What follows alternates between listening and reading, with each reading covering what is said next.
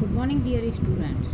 Today I am going to explain next page of the chapter number 1, The Portrait of a Lady, written by Khuswant Singh.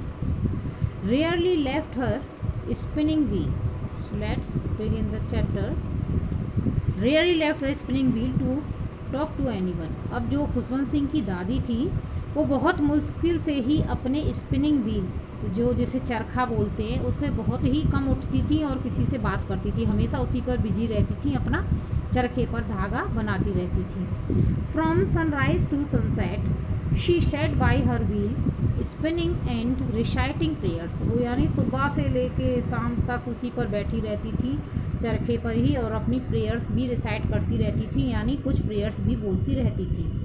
Only in the afternoon he relaxed for a while to feed the sparrows. सिर्फ दोपहर के time पर वो कुछ time के लिए उस चरखे से दूर हटती थी जो व्हील था, स्पिनिंग व्हील, और किसको, चिड़ियाओं को खाना खिलाने के लिए।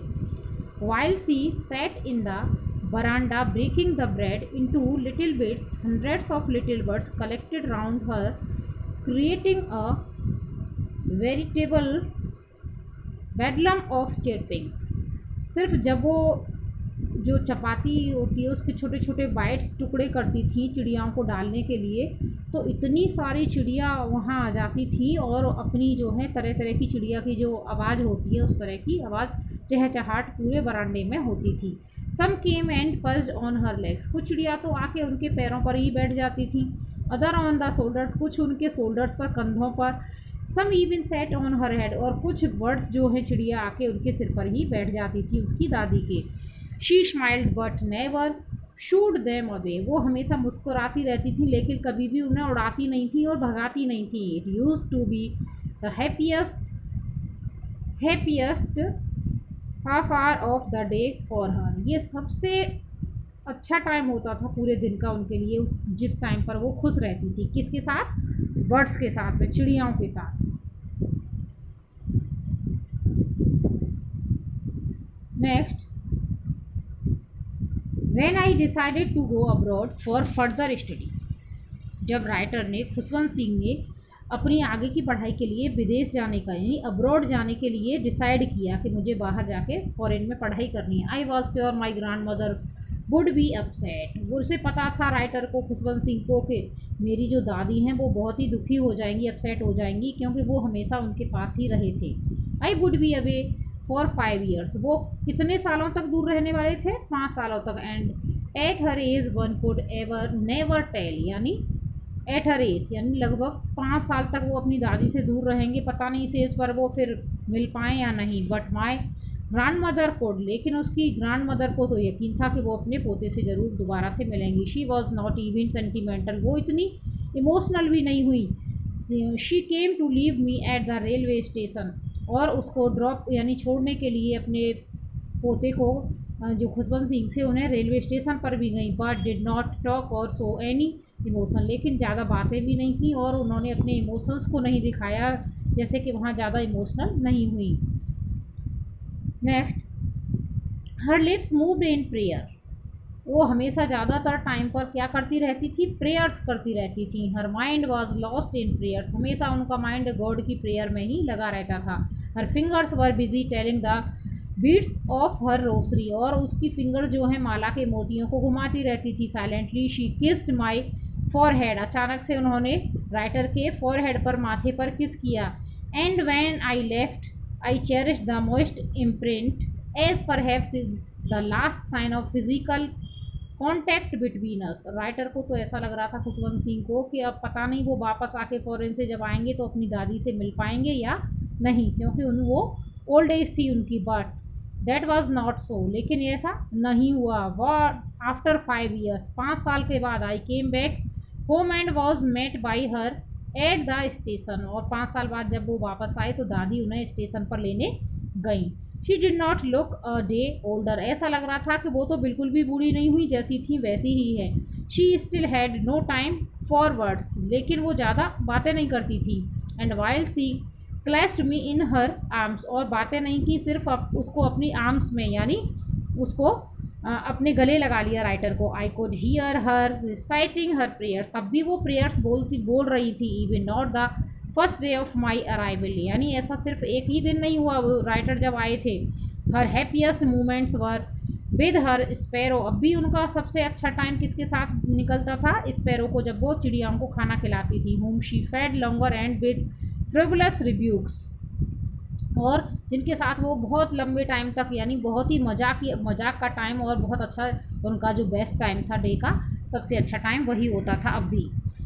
Next, in the evening A change came over हर, लेकिन शाम के टाइम पर एक थोड़ा सा उनकी बिहेवियर में थोड़ा चेंज दिखाई दिया। किसके बिहेवियर में?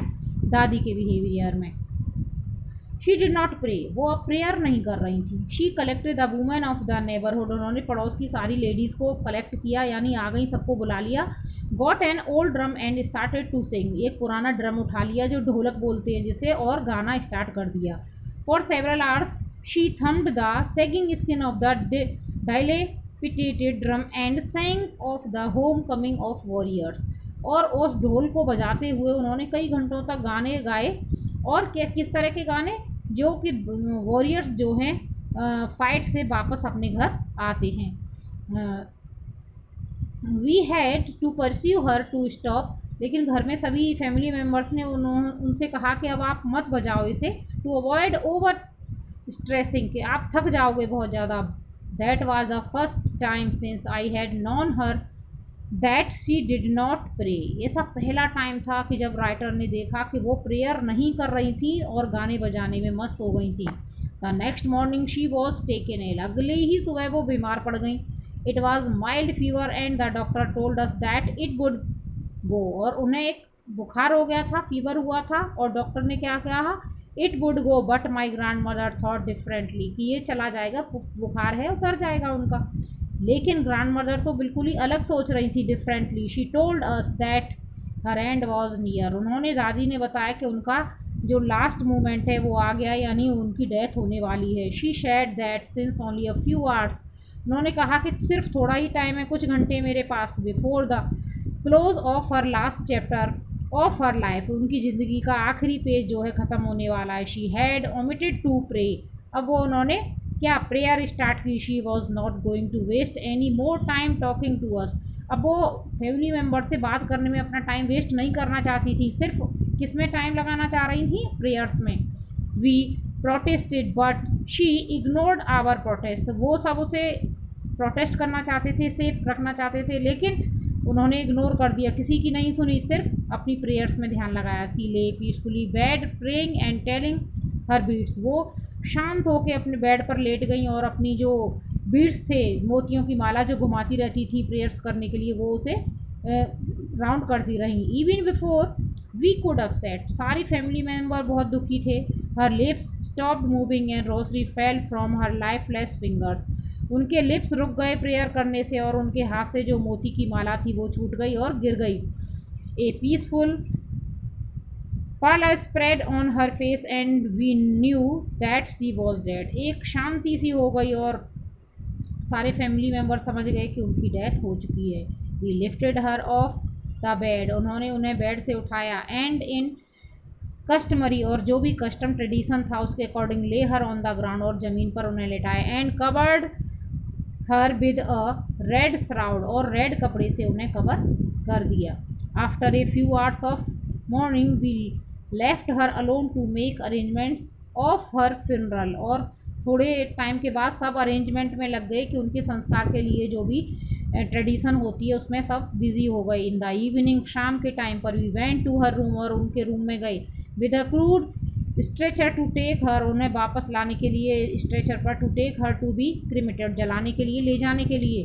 The sun was setting and had lit her room, सूरज छुप रहा था हर, और एंड बरांडा, बरांडे में और रूम में, with a blaze of golden light, एक हल्की सी गोल्डन लाइट उनके रूम और बरांडे में भी जा रही थी। We stopped halfway in the courtyard, और लगभग उन्हें कोर्ट यार्ड में, आंगन में ही रोक दिया गया। All over the veranda and in her room right up to where she lay dead and stiff wrapped in the red shroud, thousands of sparrows sat scattered on the floor, जहाँ पर वो room में, बरांडे में, और जहाँ पर उनकी body रखी हुई थी, चारों तरफ स्पैरो, बहुत सारी चिड़िया आ गई थी और बैठी हुई थी। देयर वाज नो चिरपिंग, लेकिन कोई आवाज़ नहीं कर रही थी, चिड़िया भी एकदम शांत थी। We felt sorry for the birds, और सबको दुख हो रहा था चिड़ियाओं के लिए, क्योंकि दादी डेली उन्हें खाना खिलाती थी। And my mother faced some bread for them, जब चिड़िया आई तो उनकी मदर राइटर की उनके लिए थोड़ी ब्रेड वगैरह लेके आई। She broke into the little crumbs, उसके छोटे छोटे पीसेस भी कर दिए, क्रम्स बना दिए। The way my grandmother use to and threw it to them, और उन्होंने भी ग्रैंड मदर की तरह वो उनकी तरफ फेंक दिए कि चिड़िया खा के वहाँ से चली जाए। The sparrows took no notice of bread, चिड़ियाओं ने उन ब्रेड पीसेस की तरफ देखा भी नहीं, बिल्कुल भी नोटिस ही नहीं किया। When we carried my grandmother's corpse off, जब वो अपनी ग्रैंड मदर की डेड बॉडी को ले जा रहे थे फ्यूनरल के लिए, दफनाने के लिए या जलाने के लिए, दे फ्लू अवे क्वाइटली, सारी चिड़िया बहुत शांति से उड़ गई वहाँ से और बिना कुछ खाए हुए। नेक्स्ट मॉर्निंग, अगली सुबह, then sweeper swept the bread crumbs into the dustbin, झाड़ू वाले ने, जो स्वीपर था उसने सारे ब्रेड क्रम्स को, ब्रेड के जो टुकड़े थे उन्हें कलेक्ट करके डस्टबिन में डाल दिया। सो I have completed this chapter today. Next day I will provide you work of this chapter through PDF.